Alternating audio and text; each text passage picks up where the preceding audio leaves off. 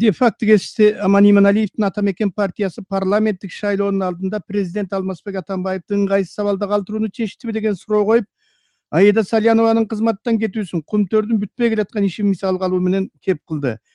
Кайрыгүл Молдалиева ким күнөөлүү, ыйык сахнага той бергендерби же жосунсуз жорукка жол берген жетекчиликпи деген макаласы менен Опера жана балет театрында өткөн банкетти жазып чыкты. Айтылуу прозаик Сейит Жетимишевдин жаңырылары жарык көрдү.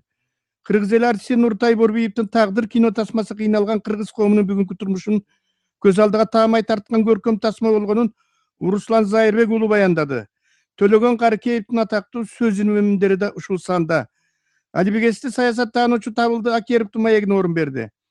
Акеров тетиске көмүр ташуудагы Ширшовдун схемасы Бакиевден бери ийгиликтүү иштеп келгенин, президент Салянованы орден менен сыйлап туруп кайра угунту калганы туура эместигин, Атамбаевдин батышка жасаган иш сапарынын максатын, бүгүнкү оппозицияда жалпы эл артынан ээрчип кете турган, эл ишене турган таза күчтүү лидер жоктугун, айрымдардын айтымында оппозициямын дегендердин арасында коопсуздук кызматы менен иштешкендер да барын баяндады.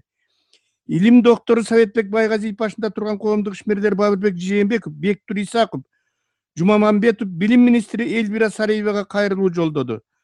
Ал жаңы окуу планында кыргыз адабиятына улуу манаска мынча неге катаал мамиле жасалды же улуттун уңгулуу дөөлөтүнүн жүрөгү мындан ары мектепте сокпой калабы деген ат менен жарык көрдү. Буга улай эле элдик курултай кыймылынын Кыргызстандын элине кайрылуусу басылып чыкты. Белгилүү саясатчы Турсунбек Акундун маеги президенттин өзүн болбосок да кызматын сыйласак болмок деп аталды. Айбат Кести биринчи бетине Төлөгөнов Тербишалиевден шек санап жатабы деген. Айтыкей Бакиевдердин жанында балык уулагысы келет деген. Базарбай Ажы Темишев Садыр Жапаров жеткен калпча экен аргументтеримди ортого салайын деген. Кымыстын өңү бээлердин жеген чөбүнө жараша болот деген. Мырзакматов элди бөлүп жарганын качан коет деген. Максимдин Англиядагы лафа жашоосу деген. Жана Арпачиевди кассаң Абдыгапаровдун былыгы чыгабы деген баш темалар менен жарык көрдү. Гесит башкы прокуратурадагы акыркы окуяга байланыштуу макаласын ирри коррупциялык ишке бөгөт коюлду деп атады. Кумтөргө жасалып жаткан акыркы окуялар инвесторлордун келишине терс таасирин тийгизерин саясий эксперттер Кубан Абдымен менен Марс Сариев сөз кылды. Фабулагести Баратбай Аракеевдин Евразия биримдиги, Атамбаевдин жүрүшү, Россия бир бооренем эмес, бирок деген баяндамасын басты.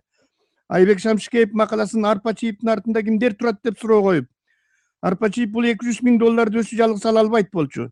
Себеби Самаковдун жер маселесине байланышкан кылмыштуу ишин өзү жалгыз жаба албайт эле. Ошон үчүн парага алча акчаны жогору жактагы таасирдүү адамдар менен бөлүшмөк.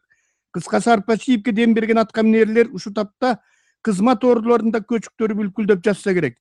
Эми Улуттук коопсуздук комитети алкымы чоң Арпачиевге кырыша болгондордун бетин ачып, тергөө ишин мыкты жүргүзсө далай аткаминерлердин бети ачылышы мүмкүн деп жазды.